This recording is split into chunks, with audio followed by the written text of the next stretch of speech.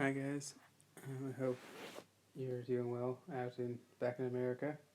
The end of Simon Kumsitz was good and stuff. And that I don't know if you're still listening to the ongoing classes, but certainly the shiurim through the end of Simon, I hope we're good. Hope you're enjoying Beta Zmanim without too much Bittul Torah. I'm excited now to get into the sort of the meat of the Limit of Faith with the discussion of Adam 1 and Adam 2. The source sheet this week is a little longer than usual, but mostly because we're not printing these for you guys, so I felt okay at giving sources I'm not going to use. So you look, there's sources that are marked as like appendix, so I'm going to reference those, but we're not going to read them. So without further ado, I want to launch into source number 1. We all know that the Bible offers two accounts of the creation of man. We're also aware of the theory suggested by Bible critics attributing these two accounts to two different traditions and sources. Of course, since we do unreservedly accept the unity and integrity of the scriptures and their divine character, we reject this hypothesis, which is based, like much biblical criticism, on literary categories invented by modern man, ignoring completely the eidetic noetic content of a biblical story. And eidetic noetic means essentially imagined or imaginary and intellectual. So the ways in which the Tanakh appeals to our sense of art and imagination, images, and the way it is conveys important information. It is, of course, true that the two accounts of the creation of man differ considerably. This incongruity was not discovered by the Bible critics. Our sages of old were aware of it. However, the answer lies not in an alleged dual tradition, but in dual man, not in an imaginary contradiction between two versions, but in a real contradiction in the nature of man. The two accounts deal with two Adams, two men, two fathers of mankind, two types, two representatives of humanity. It is no wonder they are not identical. So, as we saw last time, Rav Soloveitchik rejects the way in which biblical criticism reads Tanakh. And last time he dismisses it by saying he was never bothered by trying to fit the mystery of revelation into history and human categories and stuff. And that's important. But here he makes a slightly different argument, which is that the Tanakh is really doing something specific, and that is something that speaks to us in the modern era, trying to depict a picture of man. And in contrast, Bible critics are trying to do something else and assume Tanakh is doing something else, which is using literary categories invented by modern men. So he's saying it's not modern literature; it's something else that speaks to the nature of humanity throughout all time. And so I think if you're looking for that thing, we'll be able to figure out what Tanakh is really about, and we understand why Tanakh looks the way it does. One thing I want to note there is he actually fundamentally accepts and agrees with the nature of like what Tanakh looks like, what it feels like to read Tanakh sensitively, is to notice these sorts of gaps and contradictions. The only question is like what then? How do you try and explain those and solve those? And that's where he differs. And so he then comes up with a list of like, here's the main 4 differences between Bereshit Perek Aleph and Bereshit Perek Bet. Source number 2. I want to point out 4 major discrepancies between these two accounts. 1. In the story of creation of Adam the first, that's Bereshit Perek Aleph, it is told that the latter was created in the image of God, B'Tselem Elokim, while nothing is said about how his body was formed. In the account of the creation of Adam the second, it is stated that he was fashioned from the dust of the ground, and God breathed into his nostrils the breath of life. 2. Adam the first received the mandate from the Almighty to fill the earth and subdue it, to milieu et haaretz v'kivshuha. Adam the second was charged with the duty to cultivate the garden and to keep it, le'ovda u'lishomra. 3. In the story of Adam the first, both male and female were created concurrently, while Adam the second emerged alone, with Eve appearing subsequently as his helpmate and complement. 4. Finally, this is a discrepancy of which biblical criticism has made so much. While in the first account only the name Elohim appears, in the second Elohim is used in conjunction with the Tetragrammaton. The Shem Elohim is used alongside Yud He Vav He.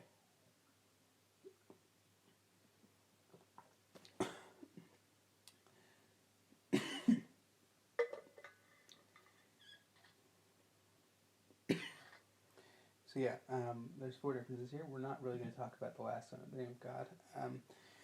Jump to one of the sources in the appended section on the relationship with God. He deals with it more there and explains the significance of that. We're going to talk more about the other ones, about what it means to be created in the image of God versus not.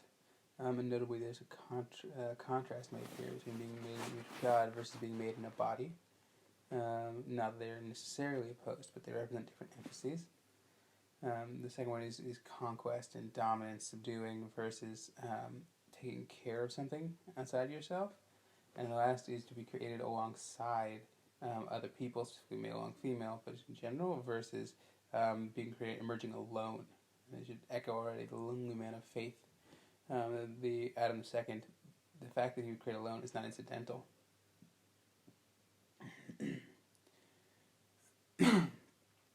So with that, I want to jump into Adam the First. So number 3, there is no doubt that the term image of God in the first account refers to man's inner charismatic endowment as a creative being. The image of God is about creating. Man's likeness to God expresses itself in man's striving and ability to become a creator. Adam the First, who was fashioned in the image of God, was blessed with a great drive for creativity and immeasurable resources for the realization of this goal, the most outstanding of which is the intelligence of the human mind capable of confronting the outside world and inquiring into its complex workings. Thanks to the intellect is fundamentally creative and is the greatest tool for creation. Therefore, sort of the greatest manifestation of image of God. In spite of the boundless divine generosity providing man with many intellectual capacities and interpretive perspectives in his approach to reality, God, in imparting the blessing to Adam the First and giving him a mandate to subdue nature, directed Adam's attention to the functional and practical aspects of his intellect through which man is able to gain control of nature. So we move here from creation to control. The intellect enables us to control nature. Other intellectual inquiries, such as metaphysics or axiological qualitative, no matter how incisive and penetrating, have never granted man dominion over his environment. Like philosophy has never given man dominance. The Greeks, who excelled in philosophical noesis, knowing stuff, were less skillful in technological achievements. Modern science has emerged victorious from its encounter with nature because it has sacrificed the qualitative metaphysical speculation for the sake of functional duplication of reality, substitute the quantus for the qualis question. So I think that we've shifted from like abstract philosophy, questions without purpose, to practical questions of science about how do we make things, how can we use the world for our advantage. Therefore, Adam the First is interested in just a single aspect of reality and asks one question only: how does the cosmos function? He is not fascinated with the question, why does the cosmos function at all, nor is he interested in the question of what is its essence. He is only curious to know how it works. In fact, even this how question, with which Adam the First is curious to know how, with Adam the First is preoccupied, is limited in scope. He is concerned not with the question per se, but with its practical implications. He raises not a metaphysical, but a practical, technical how question. To be precise, these questions are not related to the genuine functioning of the cosmos in itself, but the possibility of reproducing the dynamics of the cosmos by employing quantified mathematized media, which man evolves through postulation and creative thinking. Right? He doesn't care about how things work. He cares about how knowing how things work, so he can reproduce them and make his own versions in order to make tools and make technology to conquer the world. The conative movement of attraction, which Adam the First experiences towards the world, is not of an exploratory cognitive nature. His desired conative movement of attraction, his desire to know about the world, is not exploratory. It is rather nurtured by the selfish desire on the part of man, part of Adam, to better his own position in relation to his environment. Adam the First is overwhelmed by one quest, namely to harness and dominate the elemental natural forces and put them at his disposal. His practical interest arouses his will to learn the secrets of nature. He is completely utilitarian as far as motivation, teleology, design, and methodology are concerned. Right, so the fundamental thing about Adam the First is that he's not just a scientist, I'd say, but a technologist. He's someone who knows how to make things and get things done. His whole orientation towards the world is one of dominance, of how can I get the most out of this object I find before me. And I'm going to note a contrast really here with Halachic Man and Uvikashta Misham, where what it meant to know something and study something, there's always an element of conquest involved, but when Rav Soloveitchik talks about what Halachic Man is, he's talking about like a scientist, someone who knows truth in the abstract and creates this sort of mental picture to the point where it's like, does Rav Soloveitchik even care about reality? Maybe he only thinks you care about the mental picture of the scientist creates.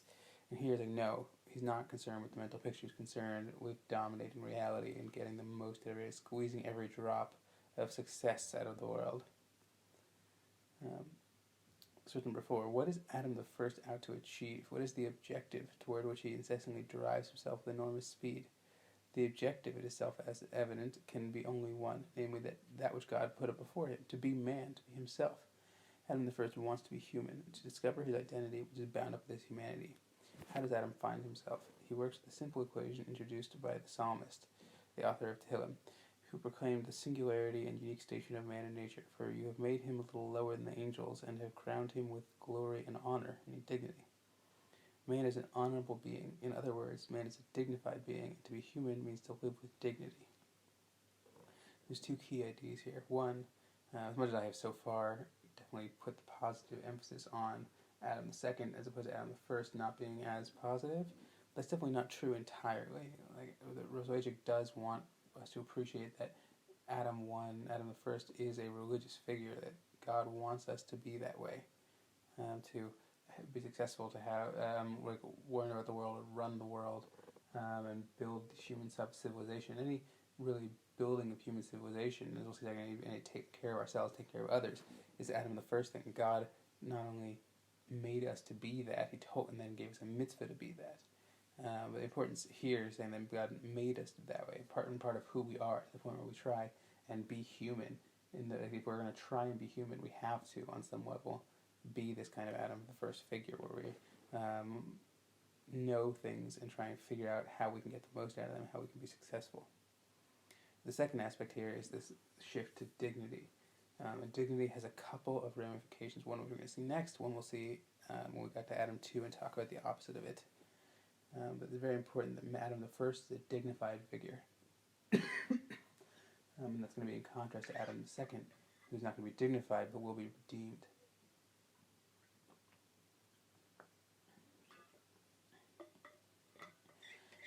Source number 5 was for the first aspect of dignity. There is no dignity without responsibility. One cannot assume responsibility as long as he's not capable of living up to his commitments. Only when man rises to the heights of freedom, of action and creativity of mind, does he begin to implement the mandate of dignified responsibility entrusted to him by his Maker. Dignity of man expressing itself in the awareness of being responsible and of being capable of discharging his responsibility cannot be realized as long as he's not gained mastery over his environment. For life in bondage to insensate elemental forces is a non-responsible and hence undignified affair.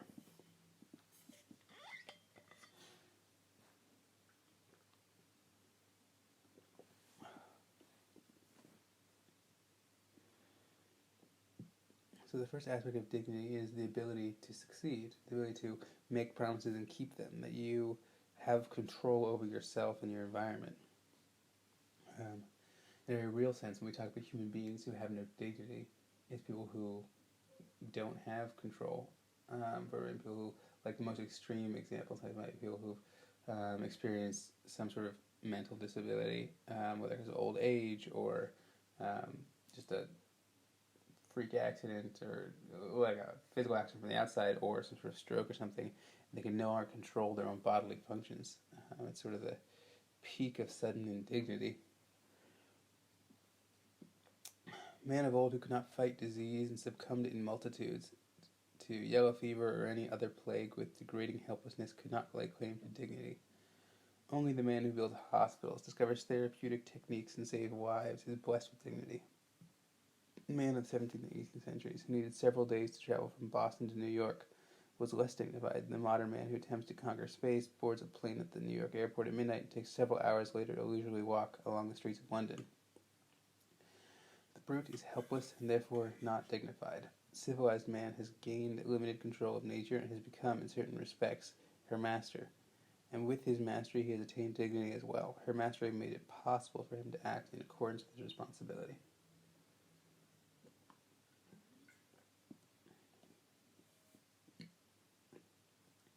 So that's Adam the first, is the man of dignity, who can make commitments and keep them, can build society, build airplanes, travel to space, and I think quite strikingly for our present moment, can fight disease. I think on some level, it's very easy to think about the ways in which the novel coronavirus has revealed our indignity, our helplessness, the fact that we're all human because we all get sick and we're all vulnerable.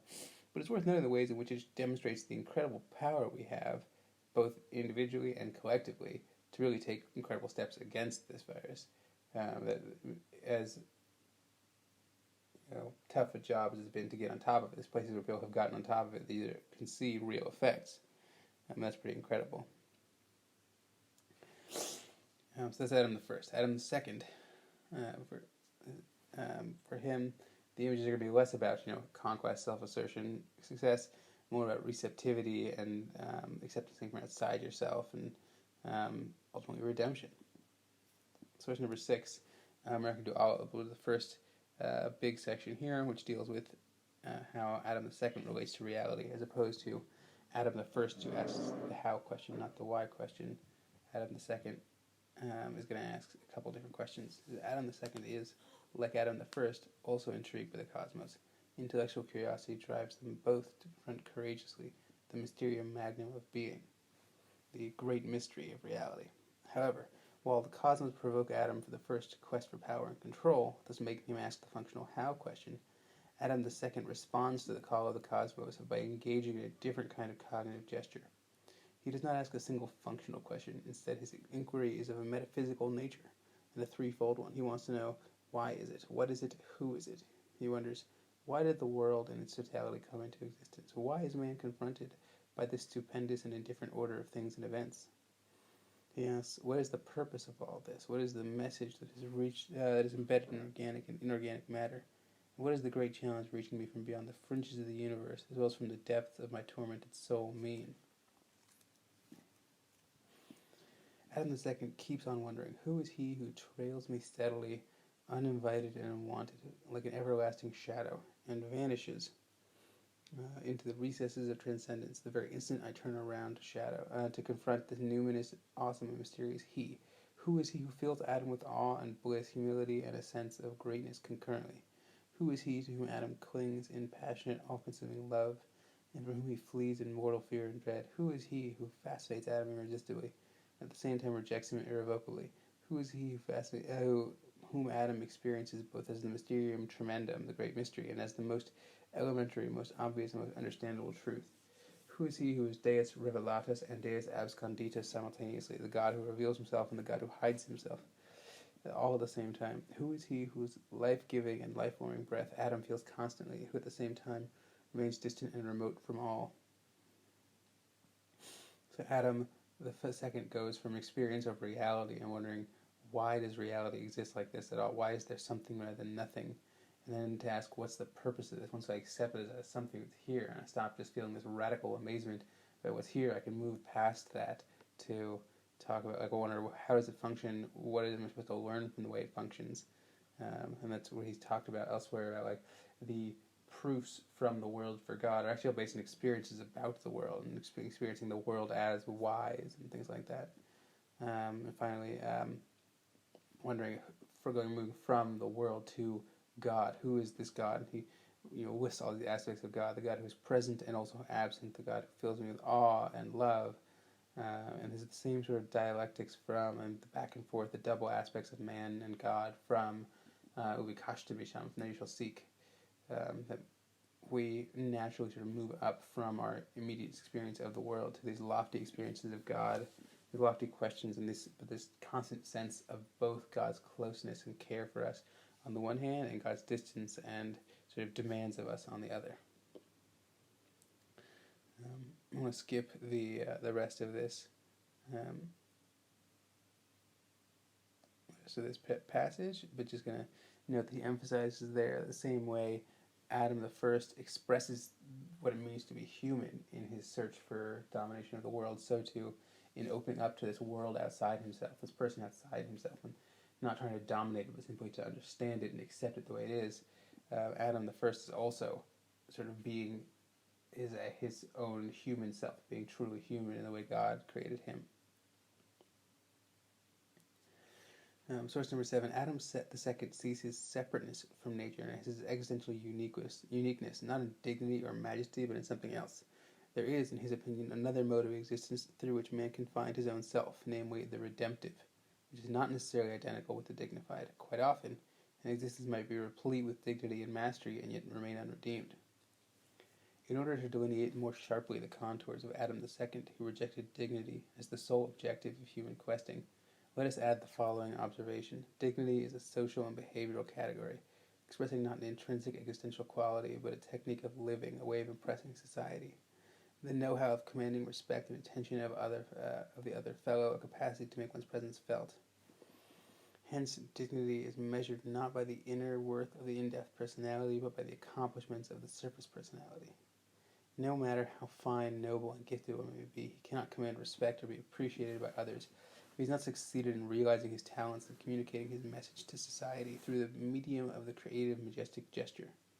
In light of the aforementioned, dignity as a behavioral category can find realization only in the outward gesture, which helps the inner personality to objectify itself and to explain and interpret itself to the external world. Therefore, Adam I was not created not alone, but together with Eve, male and female. They emerged simultaneously. Adam I exists in society, in community with others. I think it's a really sensitive take on dignity. One needs to be dignified. Because it's not just about the ability to control yourself and your environment. It also is a social category. Fundamentally, dignity is about the ways in which we can compare ourselves to others and the way other people can compare us to them and us to other people around us.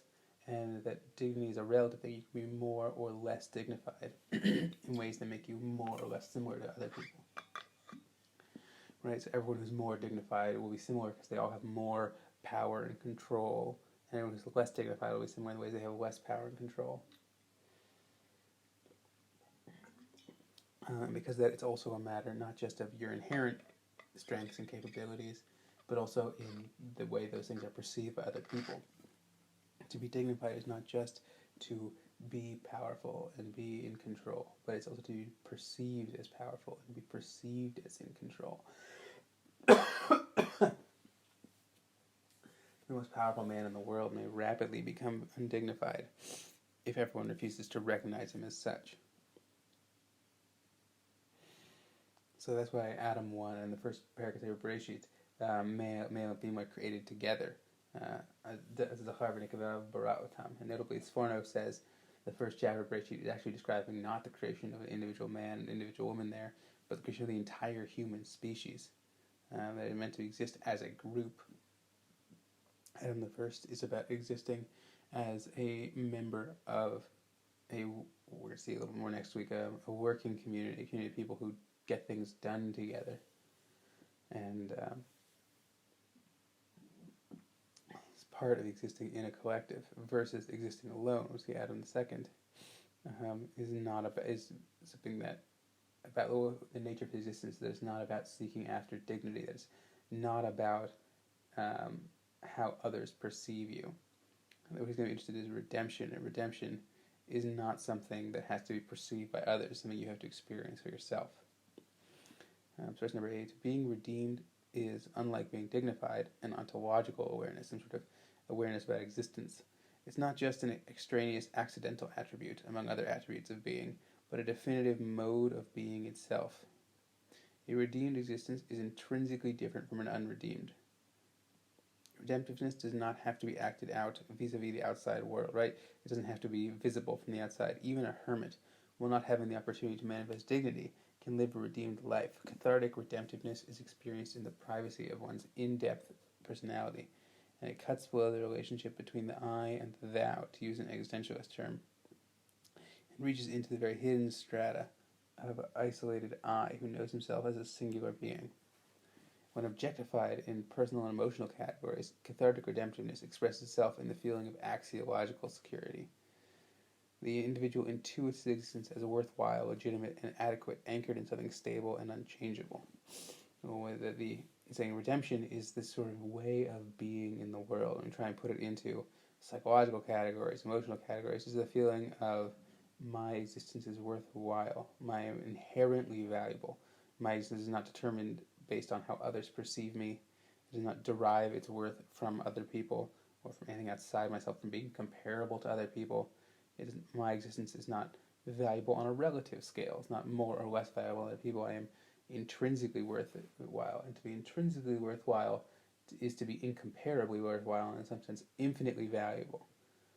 That we are infinitely valuable because there is no one like us.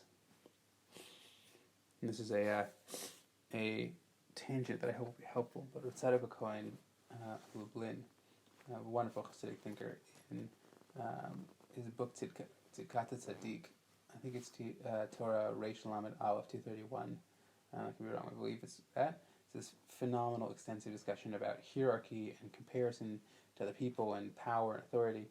But it starts out with the idea that, okay, so Talmud Torah, you would think, would create this sort of hierarchy of who knows more and less Torah, right? People who've been in yeshiva forever know more Torah. They're sort of better in some sense than people who know less. But Rosetta points out, we believe that each person has their own chelik in Torah, their own totally unique portion in Torah, part of Torah that makes them who they are, and because of that uniqueness, there can be no relative values, relative amounts of Torah that people know that makes them more or worse, or better, or anything like that.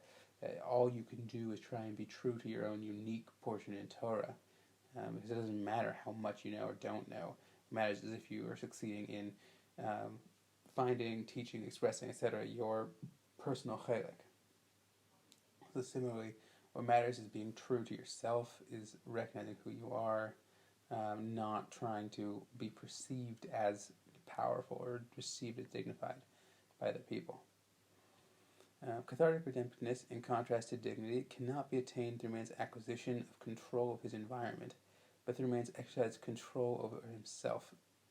A redeemed life is ipso facto a disciplined life, while a dignified existence is attained by a majestic man who courageously surges forward and confronts mute nature, a lower form of being, in a mood of defiance. Redemption is achieved when humble man makes a movement of recoil and lets himself be confronted and defeated by a higher and truer being. This is a very important turn here.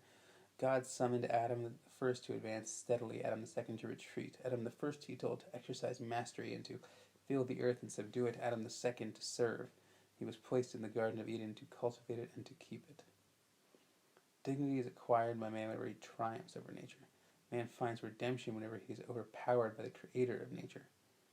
Dignity is discovered at the summit of success, redemption in the depth of crisis and failure. Kraticha Adonai Mimakim. That's backwards. Mimakim Kraticha Hashem.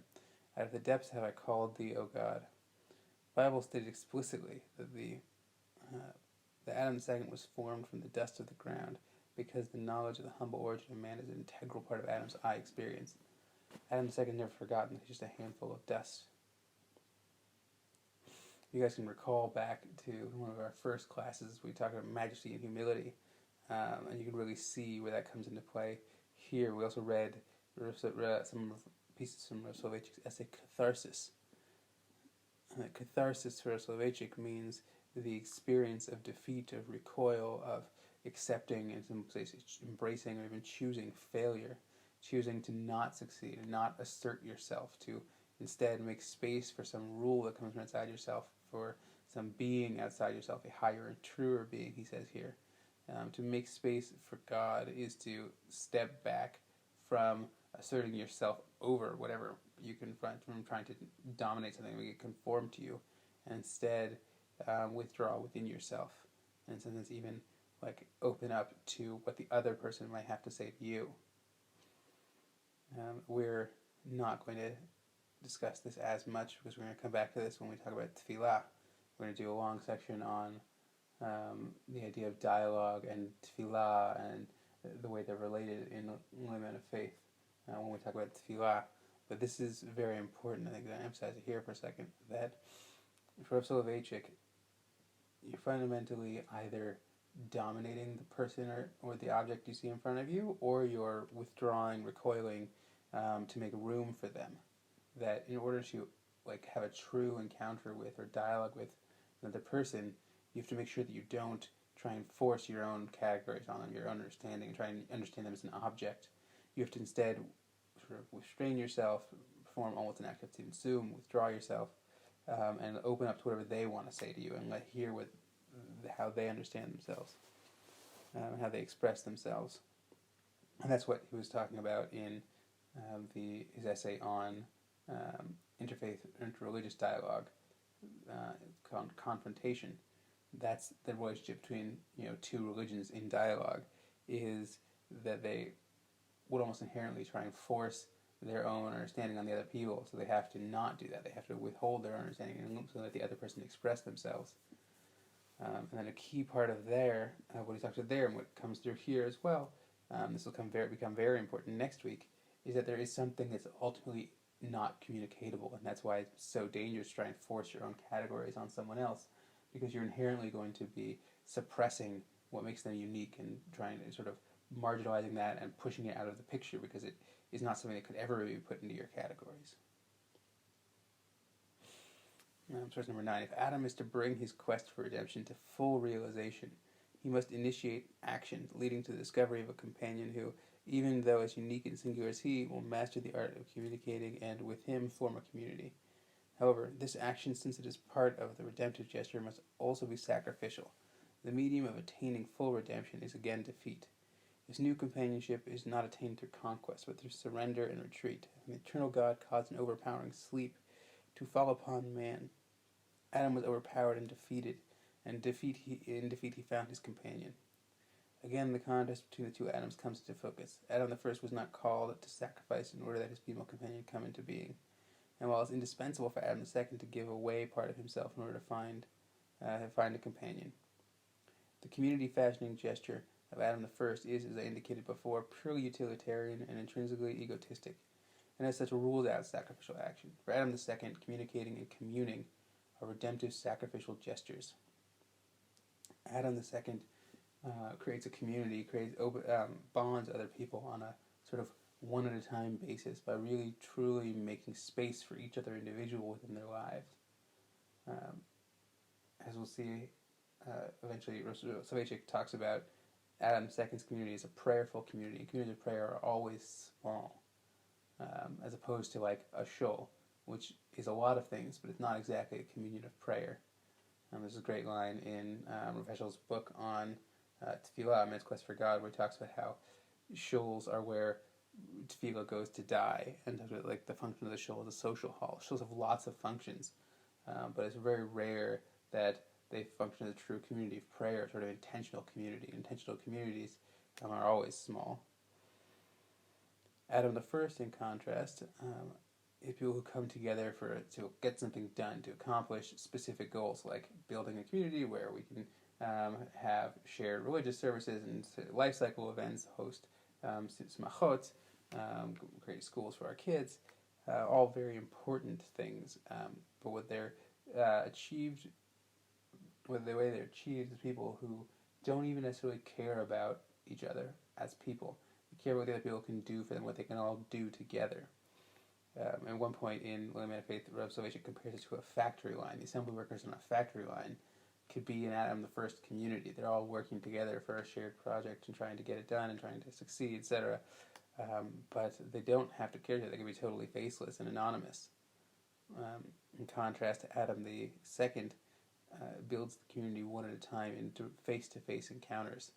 So the image of Adam the first is people who stand side by side and focus out at some common goal, versus for Adam the second, there is no other goal. The only goal is the other person and letting them be them, trying to experience them as them without forcing yourself on them.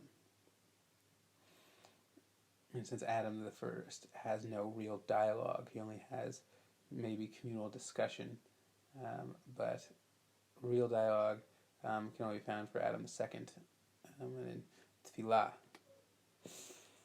Another part of this, I'm not going to go into it because I want to finish up. I don't want to make this be too long. But if you look in the appendix, sources 11 and 12, I call this section "Being and Doing." Rav Soloveitchik makes it clear that the distinction between Adam 1 and Adam 2, Adam the first, Adam the second, is in many ways what's now very popularly called the distinction between being and doing. That Adam the first, all he cares about is doing. It's success, it's actions. That's what matters. That's what makes him important, that makes him powerful, makes him valuable, makes him who he's supposed to be as a human. What's that? Malu at the arts, Vikiv Shuhar, actions. actions of self-assertion.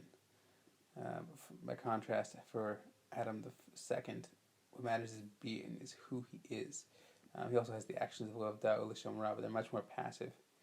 And he's the one where he's told, lo tov heyot adam levado.